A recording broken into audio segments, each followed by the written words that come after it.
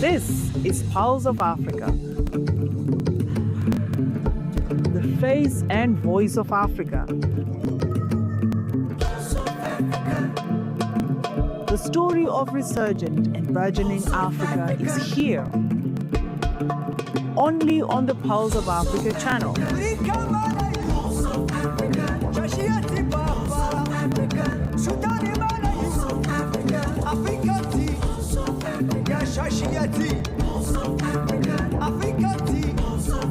Pulse of Africa, the face and voice of Africa.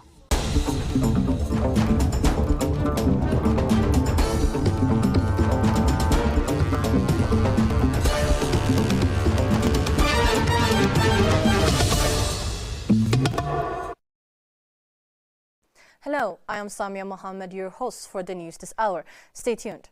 We'll start with Sudan. Sudanese transitional Prime Minister Kamil Idris on Monday presented to the UN Security Council a peace initiative aimed at ending the war between the Sudanese armed forces and the Rapid Support Forces. The initiative, which includes a ceasefire, the control and disarmament of the RSF, and humanitarian issues, offers realistic, enforceable and inclusive framework to protect civilians, end atrocities, restore state authority and pave the way for the national reconciliation, he told the Security Council. We need to declare a comprehensive ceasefire under joint monitoring by United Nations, the African Union and the League of Arab States in parallel with withdrawal of the rebel militia from all areas it occupies, Idris said. There is a need for withdrawal of militia combats and their grouping in agreed upon camps under joint supervision. The supervision is to be carried out by the UN and African and Arab actors, he added. It's also necessary to facilitate the safe return of internally displaced persons to their regions of origin, along with the voluntary return of refugees and the unhindered flow of humanitarian assistance to conflict-affected areas, said Idris. The Sudanese transitional government will adopt confidence-building measures in political, economic, security and social dimensions, he said, pledging to hold inter-Sudanese dialogues among political actors, followed by free and fair election under international supervision.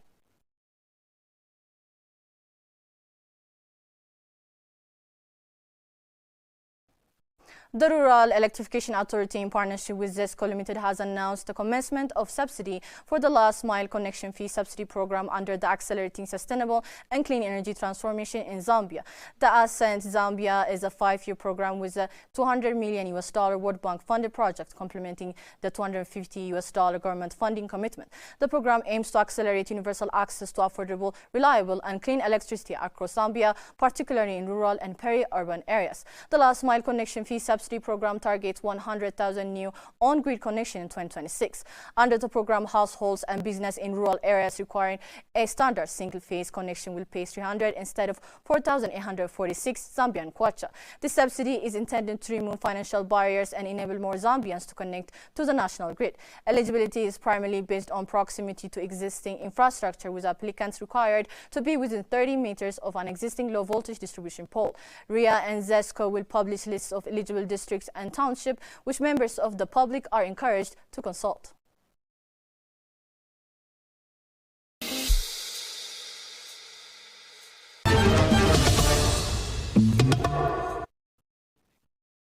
Guinea's Ministry of Livestock has begun construction of the country's first modern pasture infrastructure in Fombodao, Lola district, announced on December 19.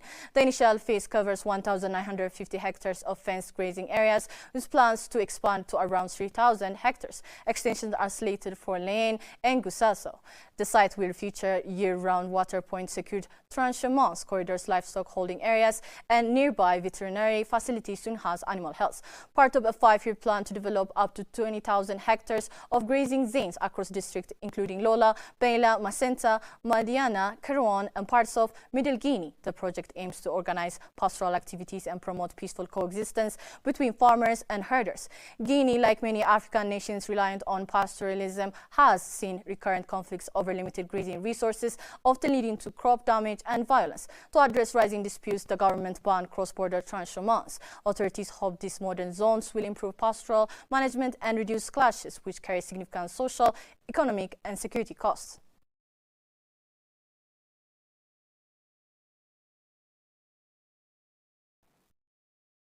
The World Health Organization has commended Ethiopia's steadfast efforts to build resilient healthcare system and support vulnerable population during emergencies. Patrick Okumu Abuk, WHO team leader for emergency preparedness and responsible, held Ethiopia's commitment to refugee welfare, vaccination programs, and community health initiatives. He outlined WHO's close partnership with the Ministry of Health and other stakeholders to develop robust healthcare systems and ensure equitable access for all. According to him, WHO prioritizes delivering essential and emergency healthcare to affected population, including support in supplying medicines, medical equipment, and technical expertise, especially in emergencies intensified by climate change, such as droughts and flood. He further lauded the country's leadership in upgrading health facilities and maintaining services in remote and crisis areas. Regarding immunization, Abok stressed the government's firm resolve: no child should go without immunization. Abok also praised Ethiopia's extensive community health worker program.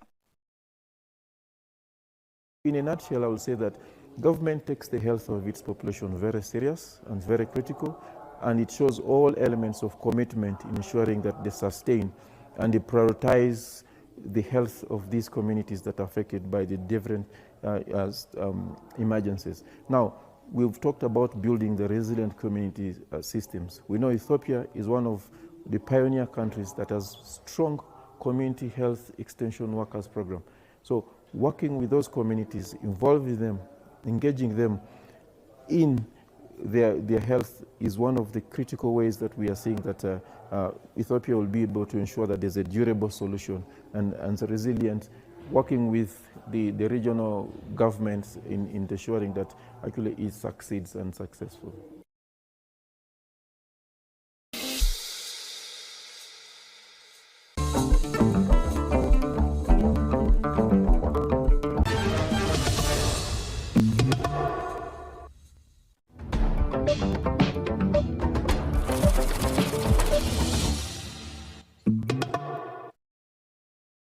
Now to business news. Morocco's aquaculture sector attracted nearly $142.6 million in investments in the first half of 2025, with 183 new farms launched, according to the National Agency for the Development of Aquaculture. Shellfish farming, mainly oysters and mussels, dominated with 78% of new projects, followed by algal farming at 18%. These initiatives created over 2,250 direct jobs in coastal regions. Currently, 184 aquaculture projects are operational nationwide, with a theoretical annual production capacity of 75,707 tons. However, actual output reached only 3,644 tons in 2024, far below the country's potential of 300,000 tons. Fish farming lagged due to infrastructure gaps, including shortages of hatcheries and feed production units. Feed costs can represent up to 80% of expenses, and the World Bank highlighted the need for clearer regulation and sustainable alternatives like insect meal.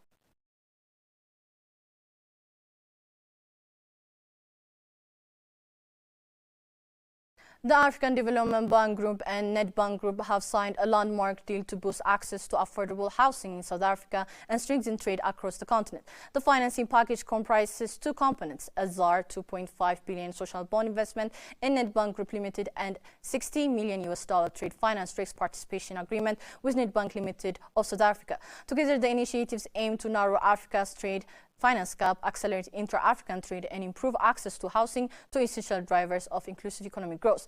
The social bond is listed on the Johannesburg Stock Exchange, with proceeds channeled through Nedbank's Sustainable Finance fundraising framework. Funding will prioritize affordable housing for women and first-time homeowners, as well as green certified units, reinforcing the bank and Nedbank's shared commitment to gender equality, climate resilience, and financial inclusion.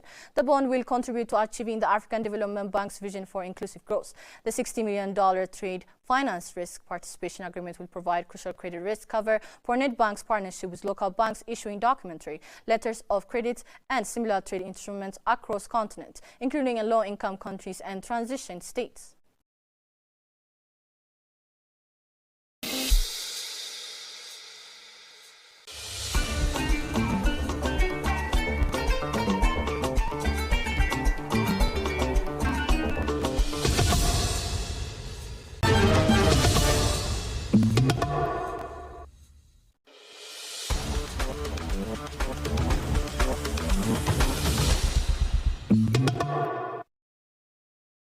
Finally, sport news.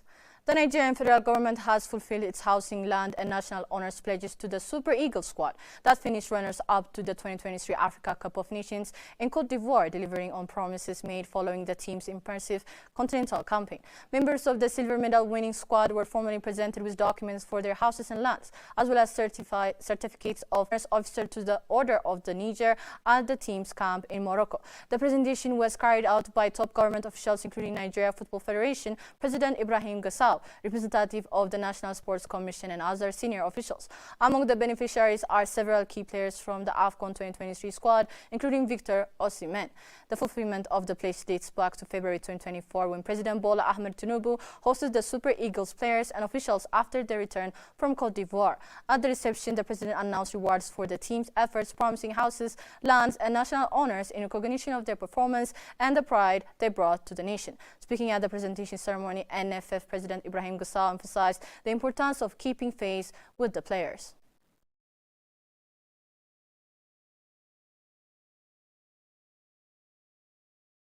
That's all for today. Thank you for tuning in and goodbye.